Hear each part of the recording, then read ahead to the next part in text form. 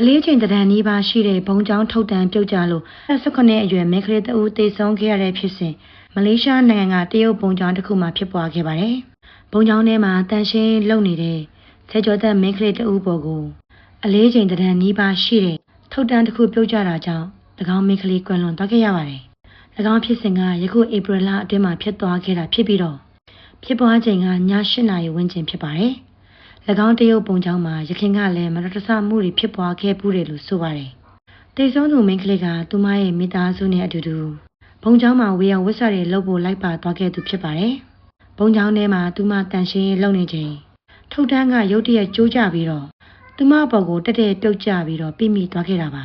။ပြုတ်ကျတဲ့ဒဏ်ရာကပြင်းထန်တာကြောင့်ဒီမိန်းကလေးကအခင်းဖြစ်ပွားရာနေရာမှာပဲပွဲချင်းပြီးဆုံးပါသွားခဲ့ရပါတယ်။မိန်းကလေးရဲ့မိခင်ဖြစ်တဲ့သူကတော့သူမရဲ့မျက်စိရှိမှတယ်။သူမရဲ့သမီးတေဆုံးမှုကိုမြင်လိုက်ရတာကြောင့်ဒီဖြစ်ရဆိုးကတကယ်ကိုပဲဝမ်းနဲ့တုန်လှုပ်ခြောက်ခြားစရာကောင်းလာပါတယ်။၎င်းမိန်းကလေးရဲ့မိခင်ကကျမအရန်တုန်လှုပ်သွားလို့တောင်းကြီးပဲဖြစ်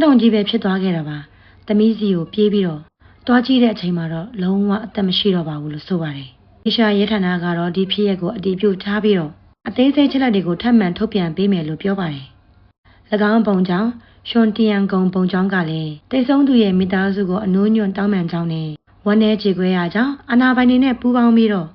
တာဝန်ယူမှုတာဝန်ခံမှုရှိလှုပ်ဆောင်သွားမယ်လို့လည်းဆိုထားပါတယ်။ဒါကတော့နိုင်ငံတကာသတင်းတစ်ပုဒ်ပဲဖြစ်ပါတယ်ရှင်။